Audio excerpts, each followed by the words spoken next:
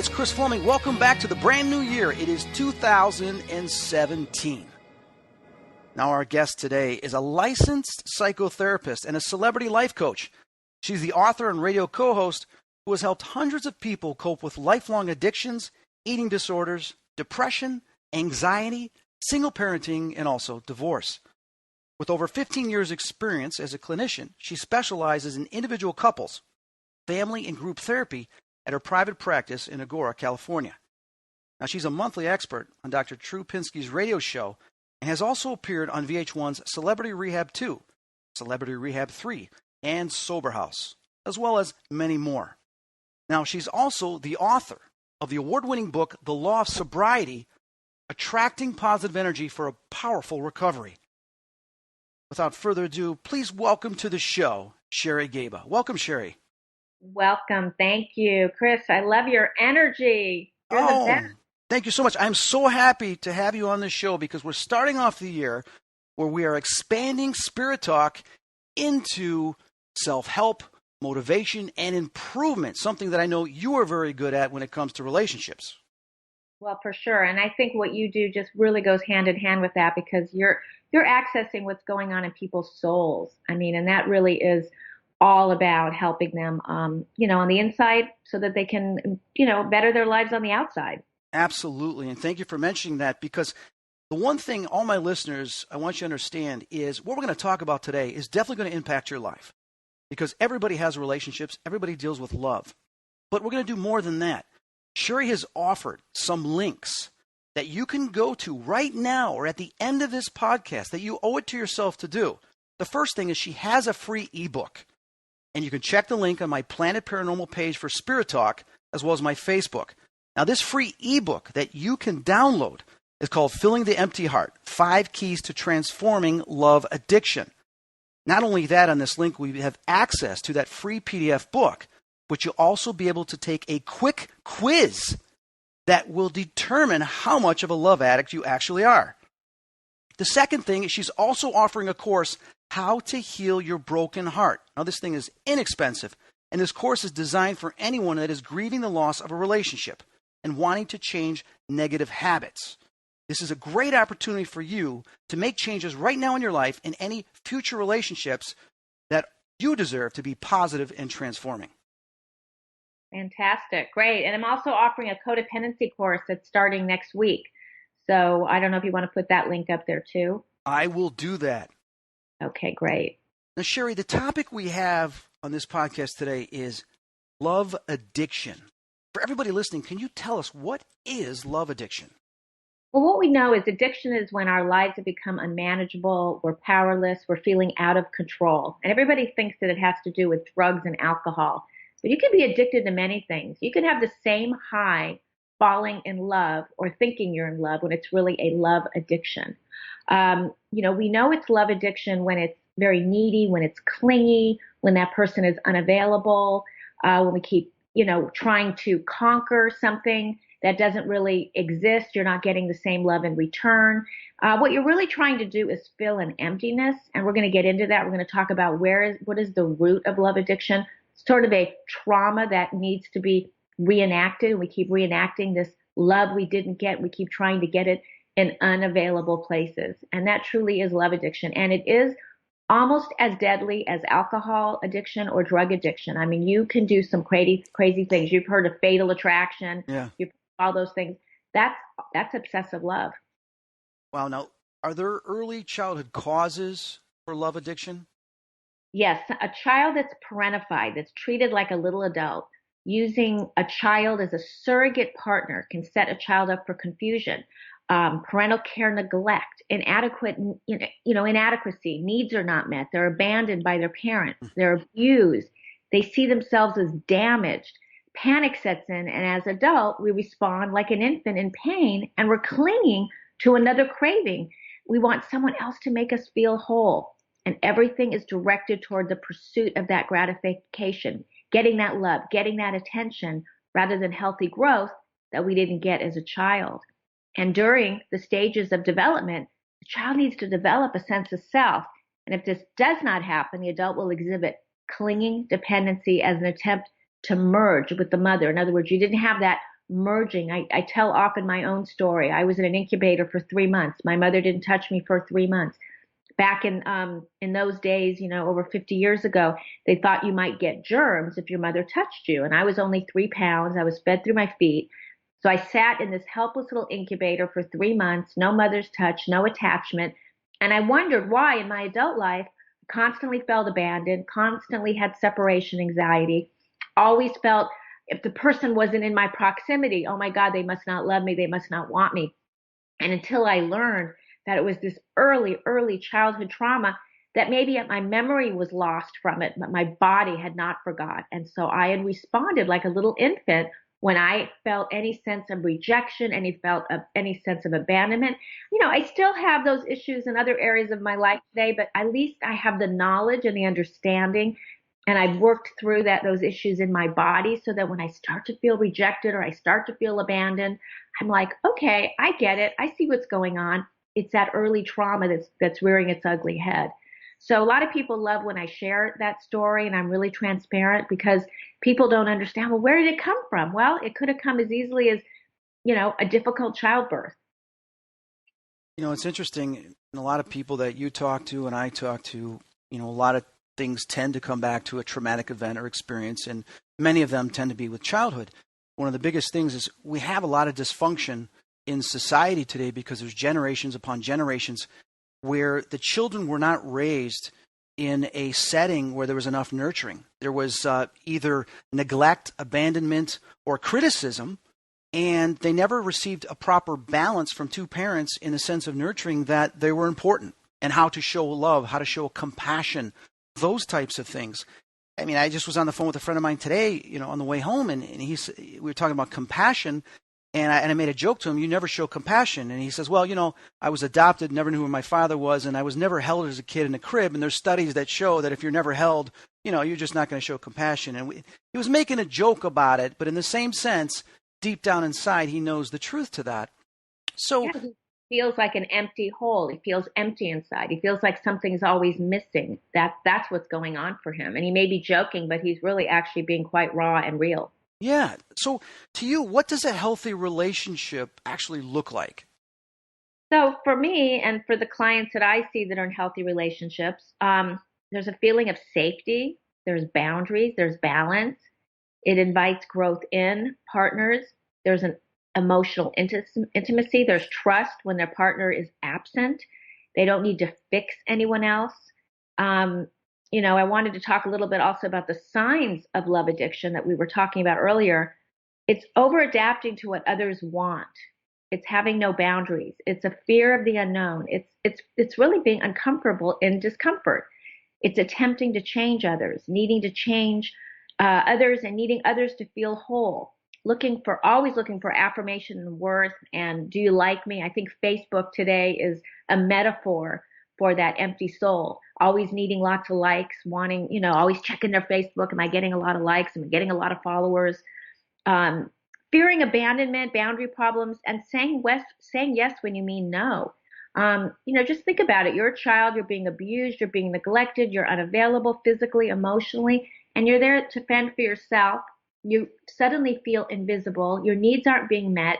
And then you go out there in the world as an adult and you look for somebody else to fix, like you were trying to fix your parents, or you feel so invisible your needs don't count. You find someone that's abusive, neglectful, someone that doesn't treat you with respect because you feel inside like nothing. You are an empty shell. Mm-hmm. I remember growing up as a kid, and I think a lot of people can relate to this, as I had parents that worked a lot and they were traveling and this and that, and then they ended up going through divorce.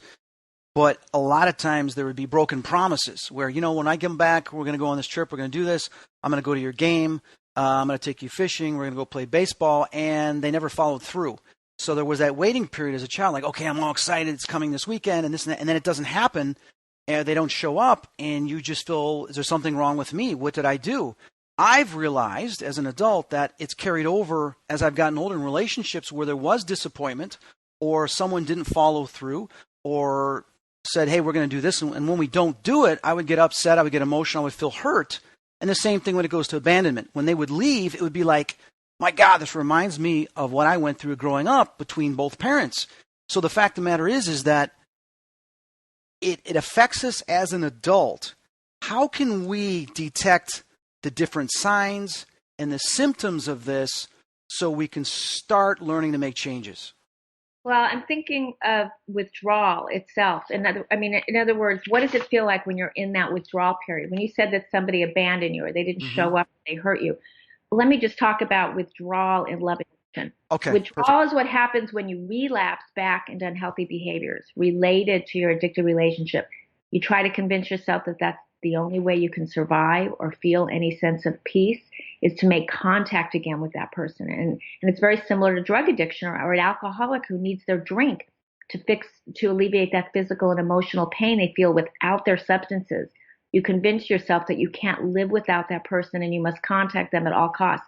It doesn't even have to be in person. It can be over the phone or texting. If you can't make contact with the person, then you'll jump into another relationship because you truly believe the only way to fill that empty void inside of you is to be involved with someone, and it doesn't matter who it is. You just can't be alone. Right. You just can't tolerate that discomfort of being alone. We give up who we are out of fear we'll lose someone or need their approval. We don't stand up for ourselves and we put their needs first and let go of our own values, similar to codependency. So the consequences of love addiction can lead to abuse and violence and shame and depression and impaired emotional growth, that chronic emptiness I keep talking about, that loneliness, the loss of intimacy and enjoyment in life. I don't know if that answered your question. Mm-hmm. What were you asking? Like how you can differentiate when you're an adult? Is that what you were kind of getting to? Yeah, like everybody has certain circumstances, or in some cases, similar circumstances. When we get older, in many ways, they carry over into our relationships, whether they're personal or whether they're social. And certain things can set us off because it's reminding us of our childhood. But what it's doing more, like you state in your free PDF book, is that there's a neurochemical connection that goes on that affects us. And this chemical is released in our body that makes us feel similar to what we did as a child going through that type of pain or that worrying. It's really a trigger. It's a trigger. Yeah. And it's bringing you back to that little boy. What I think is really important, Chris, and I think this will probably be the most important thing, is to notice it in your body. That's how you actually get rid of that pain, is to notice, where is that pain? Oh, it's in my heart. Oh, I have heart palpitations. Oh, sweaty palms. Oh, I'm feeling a little bit jittery. And just be with that pain. Like, I think what the problem is people want to run from the pain. That's why people use drugs and alcohol, or they get into gambling or sex addiction or food addiction or whatever, internet addiction. People don't want to be with themselves. It's so unbearable to just be still. We were talking earlier, for me to just get in the present. It's so hard for so many people to just be in the moment. And really, the point of power is in the moment, in the now, and noticing that trauma in your body and knowing that you're not going to die from those feelings. They're just feelings. And we know feelings aren't facts. So even though, it feels unbearable, you're not going to die from it. And here's the important thing to clarify, which I'll say a few things and you can support this, is we tend to suppress those emotions. Like you said, run away from them or suppress them and do everything we can to keep them deep within us or hide them.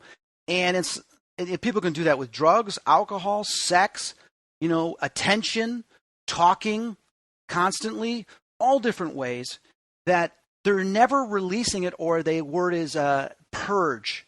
Purge out those emotions, because as a human being, and I'm going to say this spiritually, we are supposed to experience those. But we're also supposed to let go of them.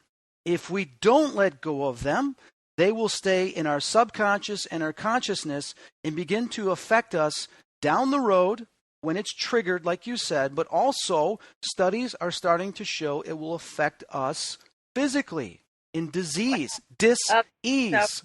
Oh God, Chris, you're right on. In other words, I see so many people, they've been running their whole lives. I think of this one client I had.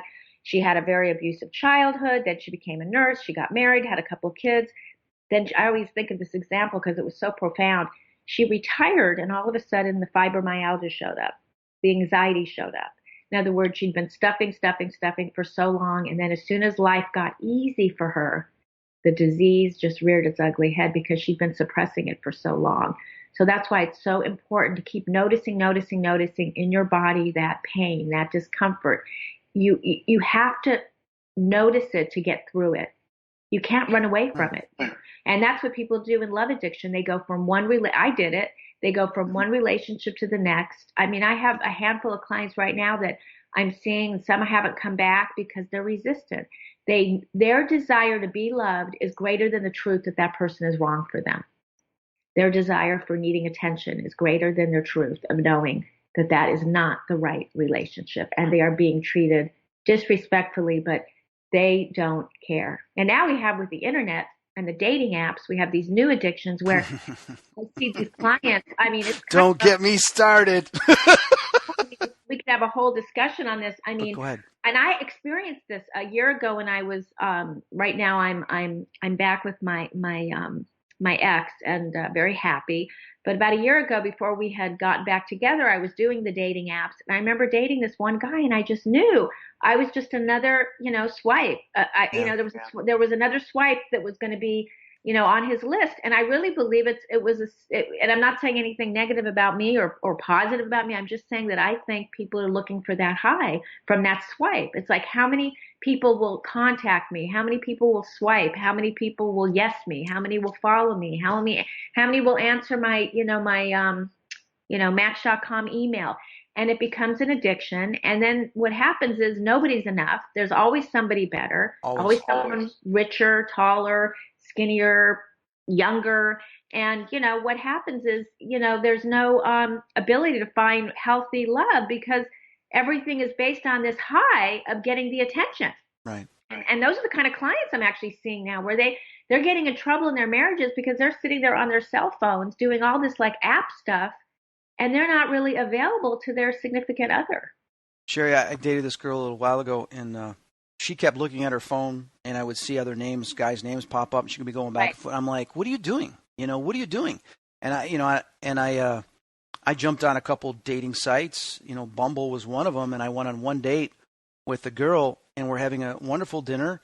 And then all of a sudden, she goes to the bathroom, comes back, and I see her looking down, and then she'd get the smile on her face. She'd look down, and I'm not dumb.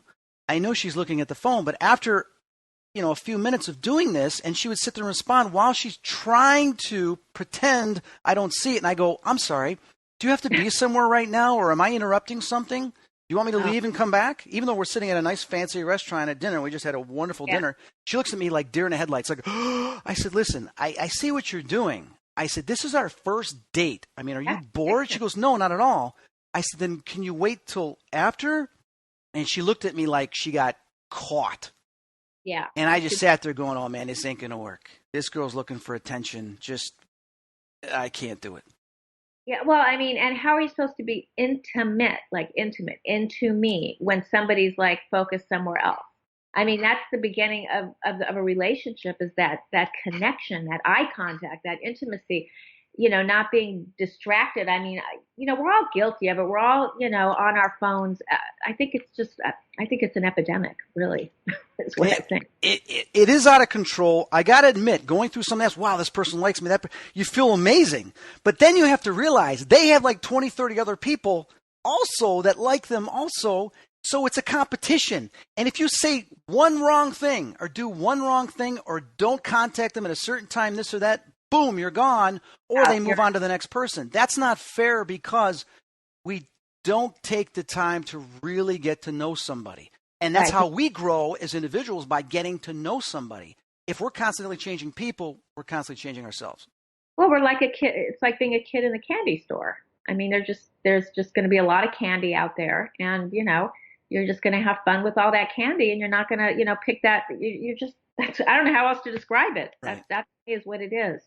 I think people fall in love get into love addiction for a myriad of reasons. I think they generally are people that have low self-esteem. They may have a substance abuse issue. They use romantic fantasies to numb out. They self-medicate just like drugs. I think they're self-medicating when they're on those apps.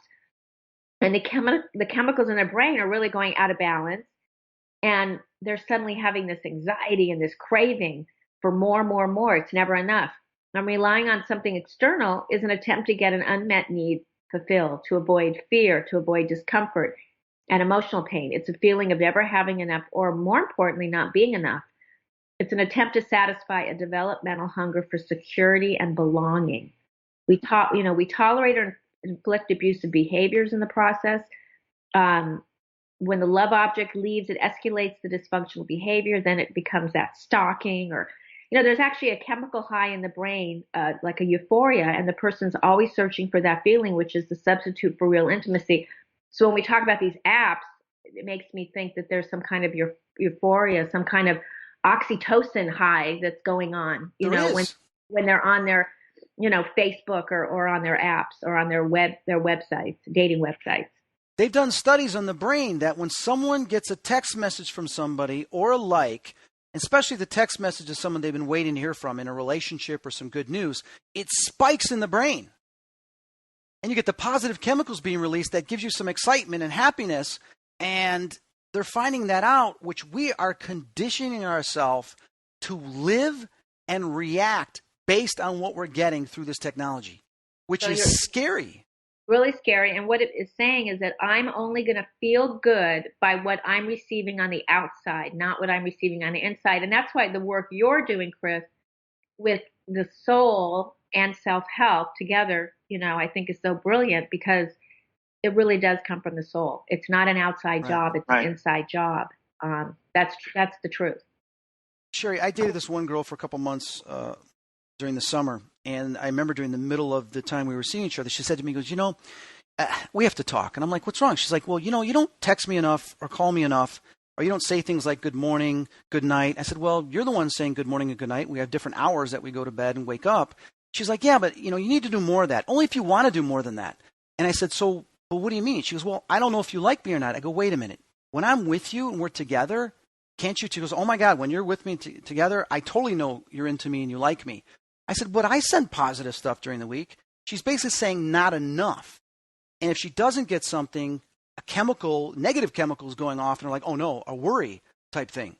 Even though I'm busy, I'm doing something, and I'm trying to get work done so that when I'm with her, I'm with her.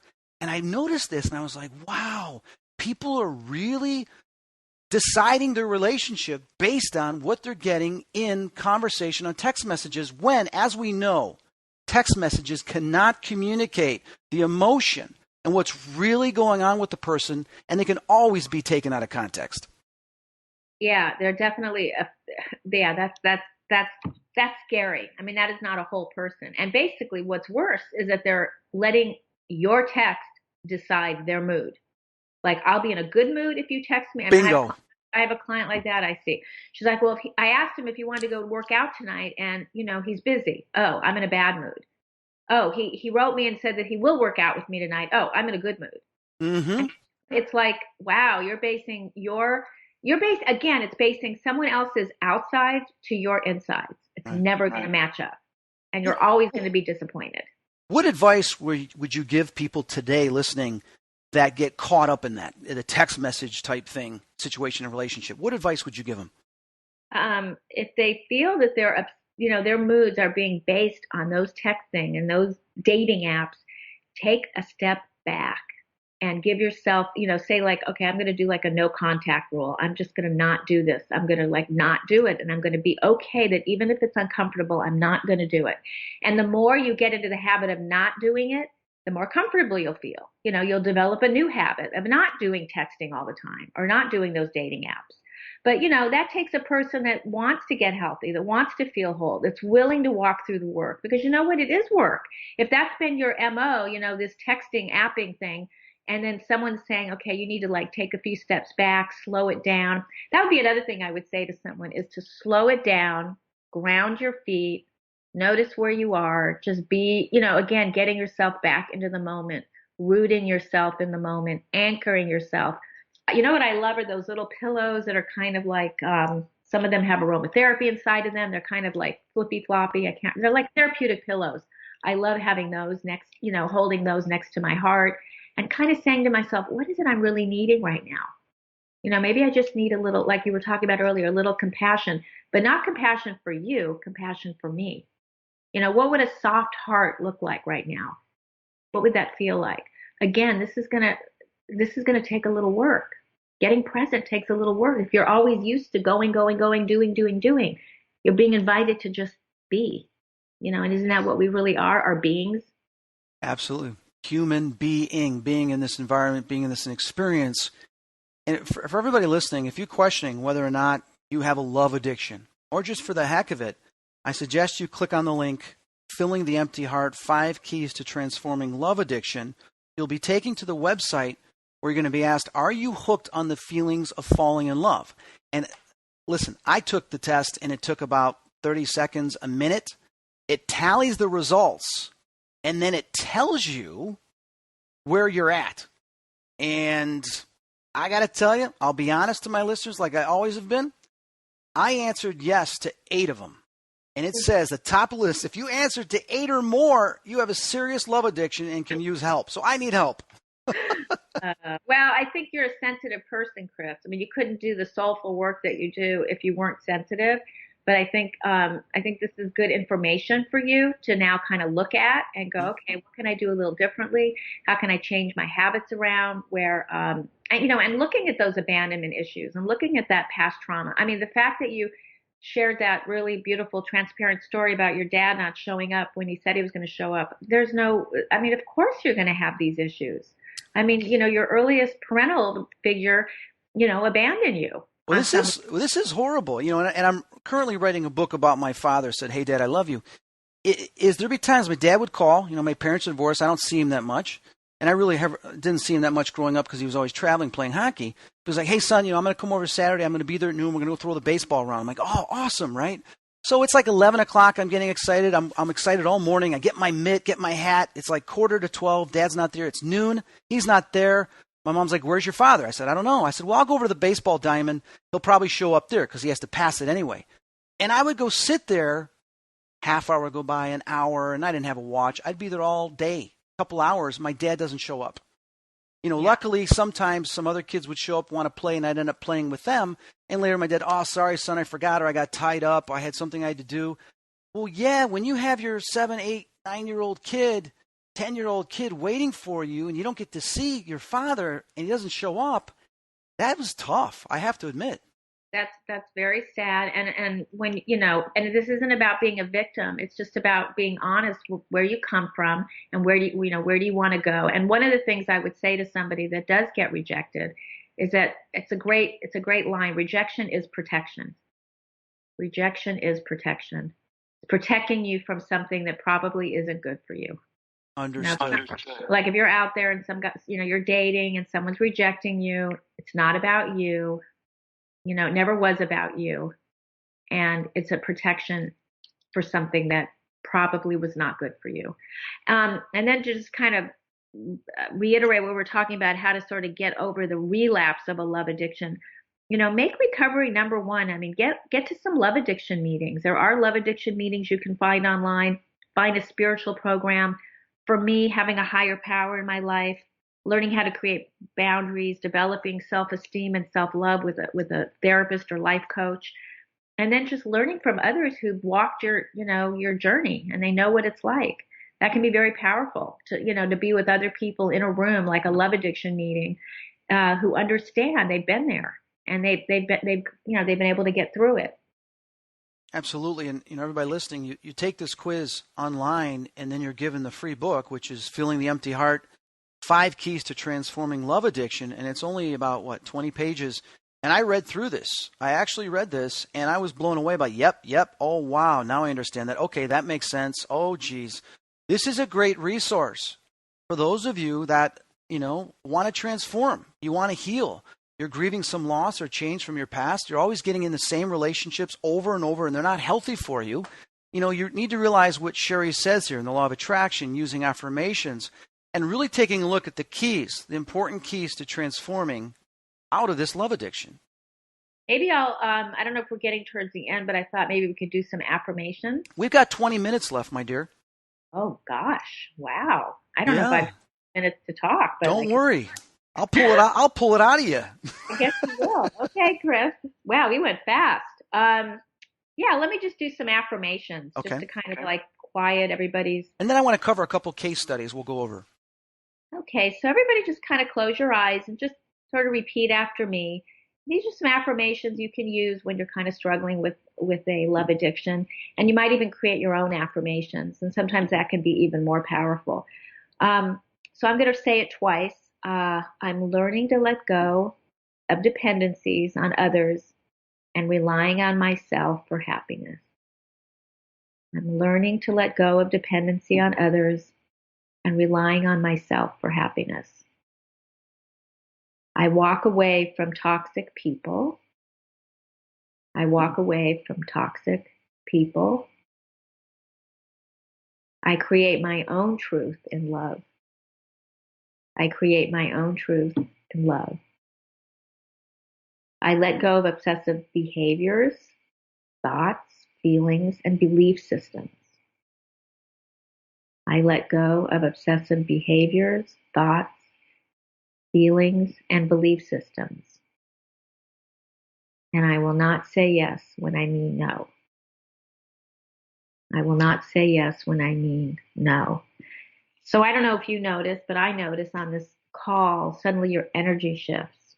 There's suddenly this peace, between your ears, just by using those words. It changes the negative mindset. That's the power of positive affirmations.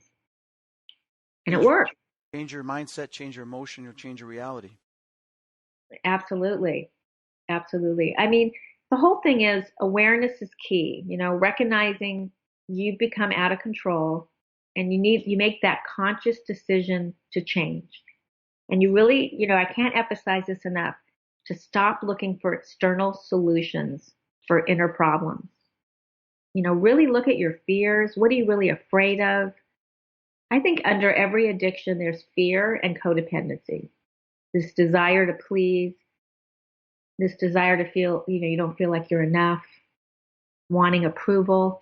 And then what is that deep fear? Like if I asked you, Chris, what is that fear when that person doesn't show up or cancels or rejects you? What is it you're really afraid of deep, deep down? I would say the abandonment due to, did I do something wrong?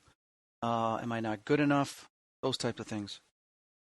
So let's just kind of break that down. I'm not good enough. Am I good enough? And did I do something wrong? So when you say do something wrong, like, do you trust the universe? Oh, yeah, absolutely. So if you trust, the sun's going to come up in the morning and the sun's going to go down at night, you trust your higher power, the universe, how could you possibly do anything wrong? And if you did do something that didn't please that other person, maybe that was actually a gift from the universe. The problem we have is we tend to conflict with, we have our human emotions that's telling us one thing, I really like this person. I feel this excitement when I'm around them, or I need to be with them, whatever the case is. And then when we have the universe saying, well, no, we have better plans for you, this is more important, we tend to conflict with the spiritual side of what the universe is trying to bring us with the emotions of how we feel right now, which some of that emotion tends to be attached to the triggers from earlier on in our life. Well, actually, that would bring me up to the next thing I wanted to say, and that is that I think you go into a denial, because there's no question, Chris, you have great intuition. You couldn't be doing the work that you do if you didn't have this inner knowing. And yet you have that inner knowing, and then somebody rejects you, and then you start questioning it. And really what you're doing is you're moving into denial. You're moving into you're kind of second guessing. Of course. I mean, we all have the answers. I mean, I cannot tell you. I mean, I literally, I've been married multiple times, and that's why I'm talking about this subject, because it's so, if I can help one person out there not make the mistakes that I made over and over again due to my pain and my early childhood trauma, I've done my job on this earth.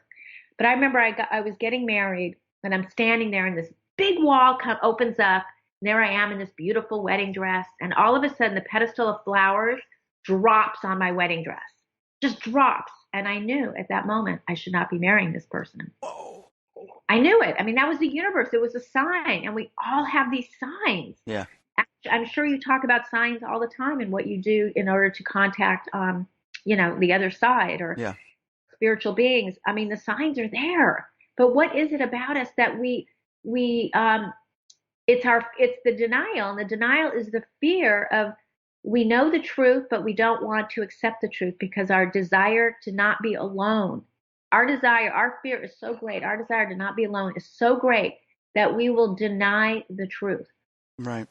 It reminds me of something. I'd called you up a couple months ago about a situation. I'm going to share this the first time personally, just to allow people to understand an important thing about relationships, that it's not always what we think it is, that it's about us being with them or them being with us.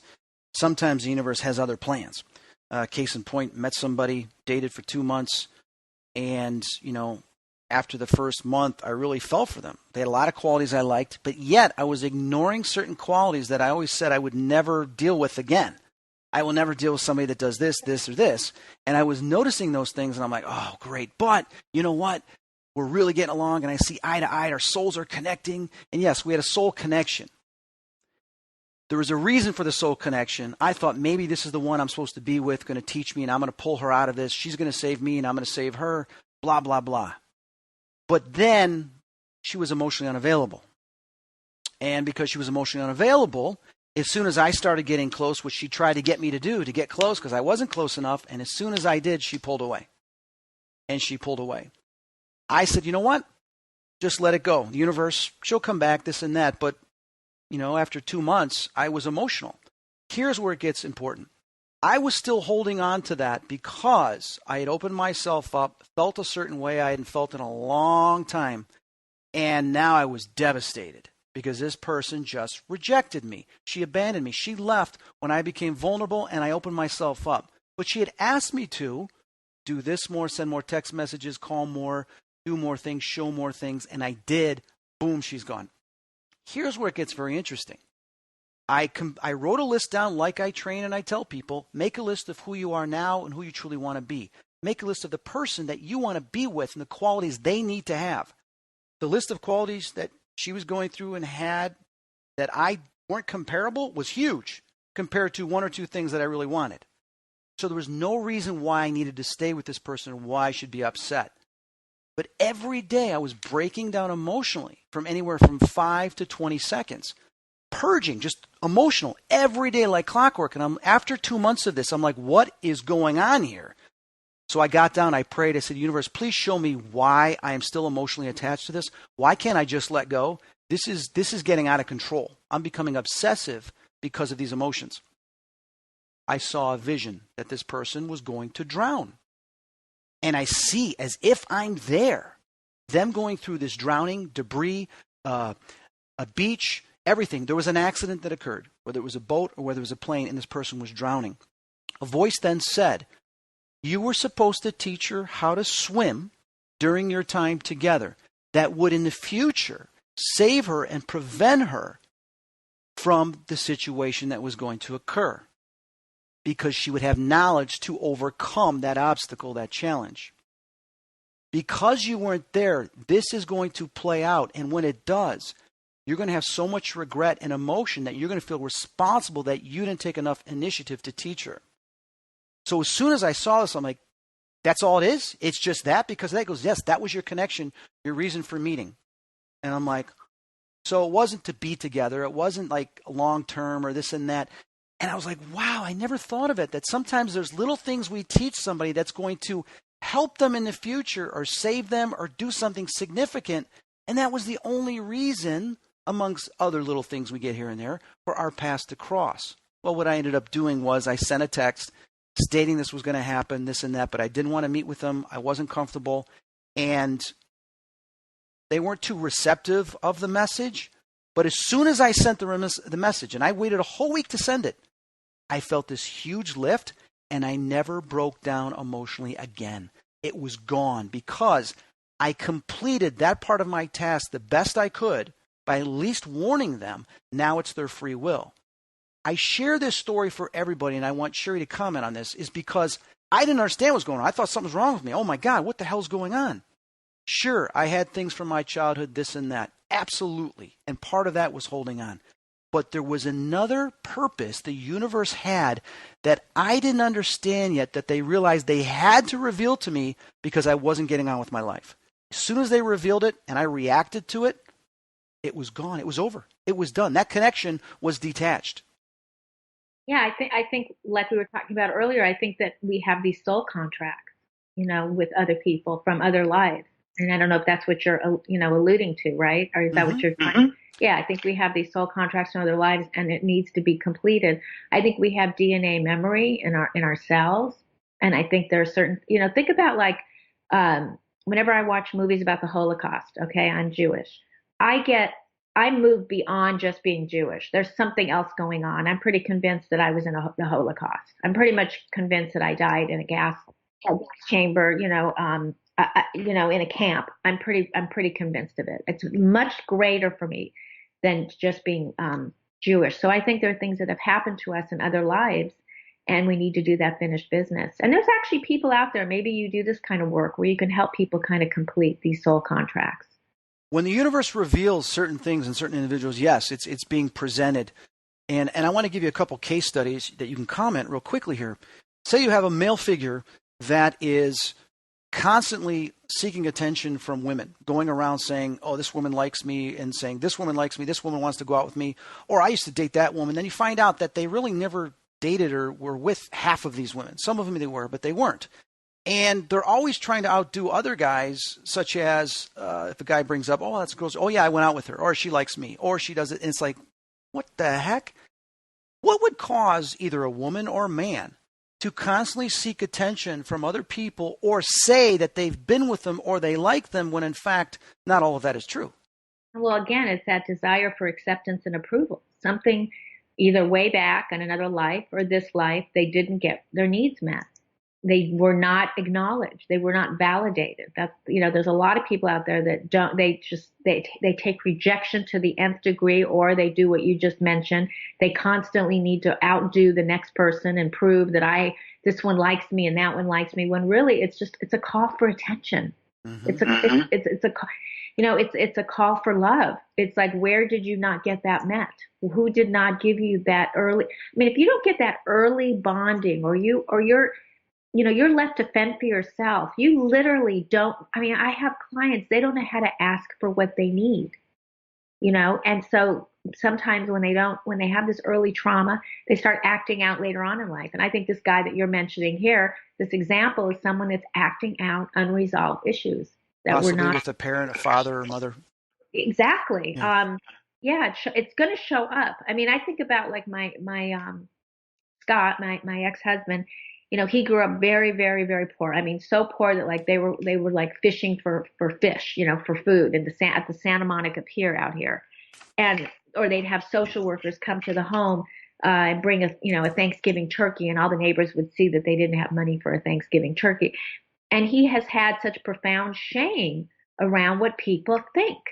His codependency is just over the top at times, because he's always worried about what other people think of him. Because, deep down, he was, felt so shameful as a child, being so poor and so embarrassed. Can that go into some people then becoming narcissistic and seeking attention, but then also always trying to control, manipulate, or protect themselves? Oh, absolutely. I mean, some of the greatest narcissists are people that didn't get their early needs met.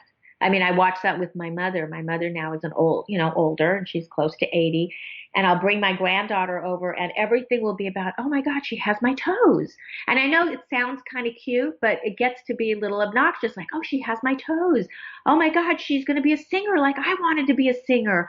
Oh my God, she has my hair color. It's like, wow. Mom, is it all about you? Really? Yeah. Seriously? And my mother was highly neglected. She had gamblers for parents that, their idea of a Sunday outing was having all, my grandpa's poker buddies over. And she was just neglected, very neglected. And so, another acting out from someone who's been neglected is thinking that you're supposed to read their mind. In other words, you don't like. I've dated women like that. Well, you're psychic. You should read my mind. Oh, yeah. Well, how about you're a therapist? You should know better. Well, come on. I mean, that's a huge telltale sign of somebody that has issues, and then the question is, you can still love these people. You just try to have compassion for their wounds, and hopefully they'll get help and work on those things so they're not as difficult to be around. But sometimes, people aren't willing to do the work, like I said earlier, and you need to, either walk away or really it gets back to acceptance. Right. Right. You can love somebody that isn't perfect. You can Love, it's all about loving the imperfection sometimes. When we deal with love addiction, obviously there are addictions that can occur, coping mechanisms because of love addiction. But it truly is an addiction because people will be in sometimes these abusive relationships or these false controlling and manipulative relationships. Another case study. I know an individual. She is in a relationship. After 2 months, with 2 months, they became very obsessive, texting, calling, seeing each other multiple times throughout the week. Like they could not hear from the other person, and automatically they feel they're both in love. But then the male person starts dating another woman while he's dating this person, but yet telling her he loves her, he wants to be with her, wants to move in with her, spend all his time with her, but yet he's starting up a relationship with somebody else. When she begins to recognize signals that he may be seeing someone else or something's going on, he would become manipulative and start putting her down, saying she's just obsessive, she's just worrying too much. And it escalates to where she finds out there is another woman. He confronts her, she confronts him, she talks to the other woman, they all break up. But then she starts seeing the guy again because he says, I don't want the other woman, you're the woman that I totally want, even though he lied to her and was sleeping with both women. But then what ends up happening is he starts seeing the other woman again while he's seeing her. When she confronts her, where she's had enough, confronts him, he ends up hitting her. Oh, wow. Wow. And throws her out of his place. She's like, I'm done. He lied to me again. He hit me. But then she begins to find excuses because she feels she was in love with him. And he keeps saying all these wonderful things. I'm sorry. It just got out of hand. I didn't mean to do that. It's because of my childhood. So he starts using that as an excuse. Yeah. And then all of a sudden she's like, well, when I'm with him, I feel this love, and I really do love him. And I've talked to some of his other ex-girlfriends, and he's never done that before. He's never hit anybody before. So now she's creating justification. Yeah, she's in denial. That's the whole thing about addiction. It's the only. I had to step away. Well, addiction in general is the only disease that tells you don't have a disease. Like there isn't a problem here. You go in complete denial. That's not only an example of an abusive relationship, because the cycle of abuse is you basically do something abusive, like he did. He hit her. Then he kind of calms down. And then they go through the honeymoon. He says how sorry he is and how hard his childhood was, and then he apologizes, and everything's nice for a while, and then it starts to build up again. His tension builds up, and then she'll get hit again.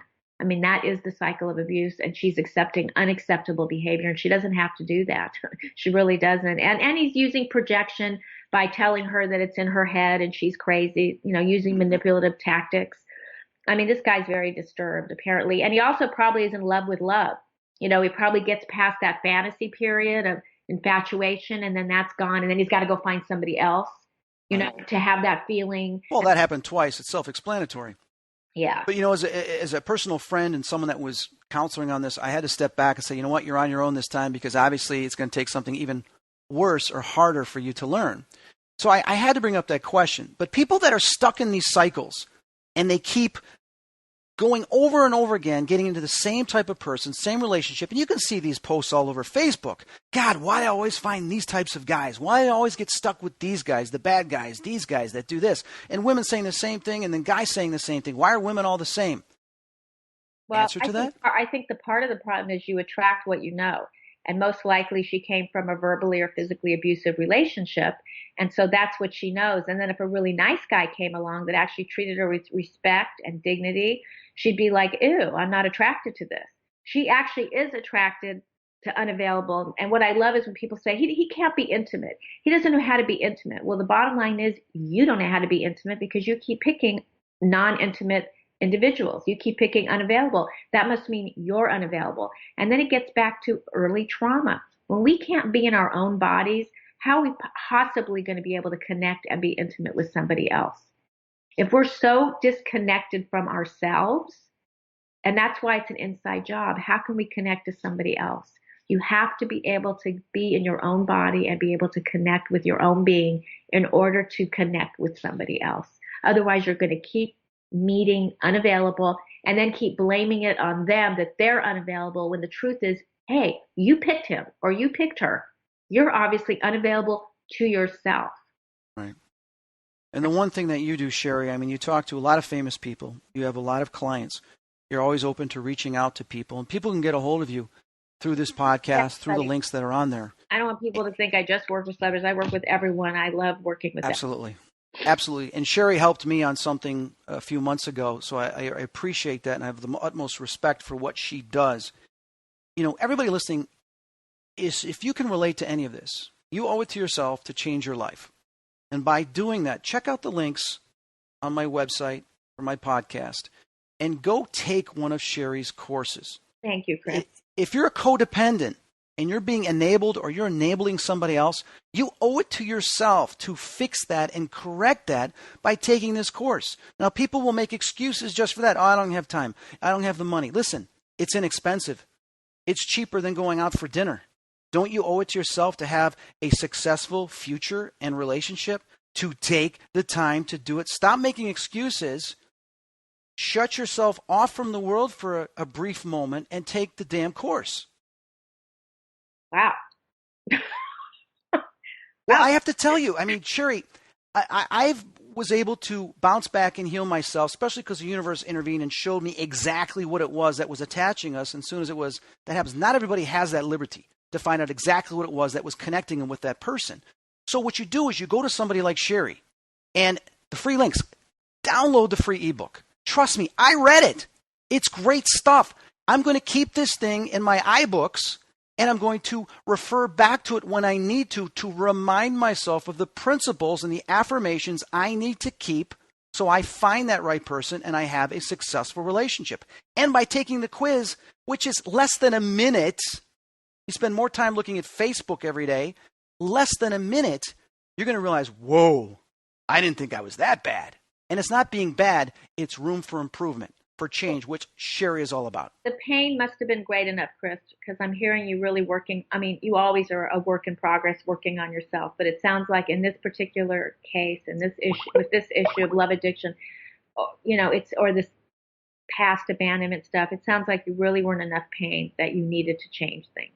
Oh, I got to admit, I haven't been in that pain since 2001, 2002. But you know what? It got me up and I realized, you know what? I have a responsibility, not only to my clients, to my fan base, to my customers, that I need to check myself before I wreck myself, you know, and, you know, fix myself here quickly before I start giving advice to anybody else. Yeah, it's absolutely true. I'll never forget when I was in school and I was becoming a therapist, I was interning and I was in one of these abusive relationships. And I remember working with a client that was being abused and I went, wait a minute, I cannot help this person if I don't help myself. You know, 100%. You just can't. You have to work on yourself. It starts with you. It's not an outside job. It's an inside job. And for everybody listening, please, the only excuse you make is yourself by not doing something about it.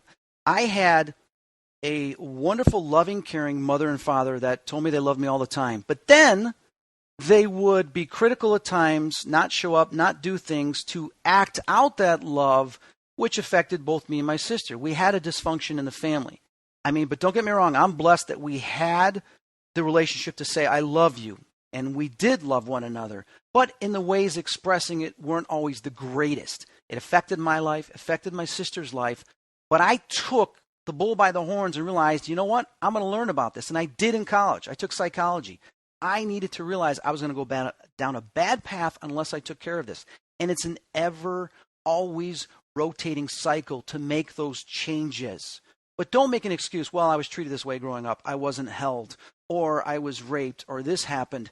You can't keep using that when you get older and older because that's no longer happening. You're the one doing it yourself by holding on to those emotions and feelings. And one thing I forgot to say to you, Chris, and I will end with this, is you can have both feelings. You know, just like that girl that you really cared about. You could love her, you could have cared about her, but it doesn't mean it's right. Absolutely. So I love her soul, and I understand everything that she went through that made her that person, and I will always love her soul, and I hope that the time spent we both learn from down the road, but now I'm on a different path. Exactly, but there can be both. Everybody thinks it's about all or nothing. It isn't all or nothing. You can love someone that isn't right for you. Absolutely. Everybody listening, if you'd like to know more about Sherry and love addiction, you can go to her website, SherryGaba.com. That's SHERRY, Gaba, GABA.com. You want to email me, Sherry, SHERRY, @sgaba.com. christherapy.com. But also click on the links to get your free ebook and take your 1-minute quiz that will change your life. And also take Sherry's e-course, How to Heal a Broken Heart. If you've recently been through a breakup or a relationship, you can thank Sherry later. For those of you that are codependent or enablers, you have to take her other course that will also be on the website as well. Any final words, Sherry? No, just thank you. I'm so grateful to have this time with you, Chris. You're a rock star. Oh, so are your fans. All your clients, your fans. They're very lucky to be able to get a taste of Chris Fleming. Well, thank you. I really appreciate that, my dear. And you are an incredible soul, and you have so much more work ahead of you. I look forward to hearing about your success and the success that you instilled upon all your clients. Oh, thank you. Well, this is Chris Fleming and Sherry Gaba. You've been listening to this month's edition of Spirit Talk. I'll see you next month.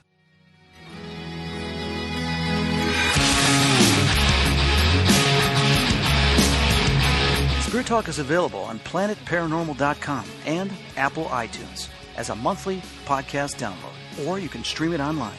You can check for upcoming events and lectures with Chris Fleming at www.christopherfleming.com.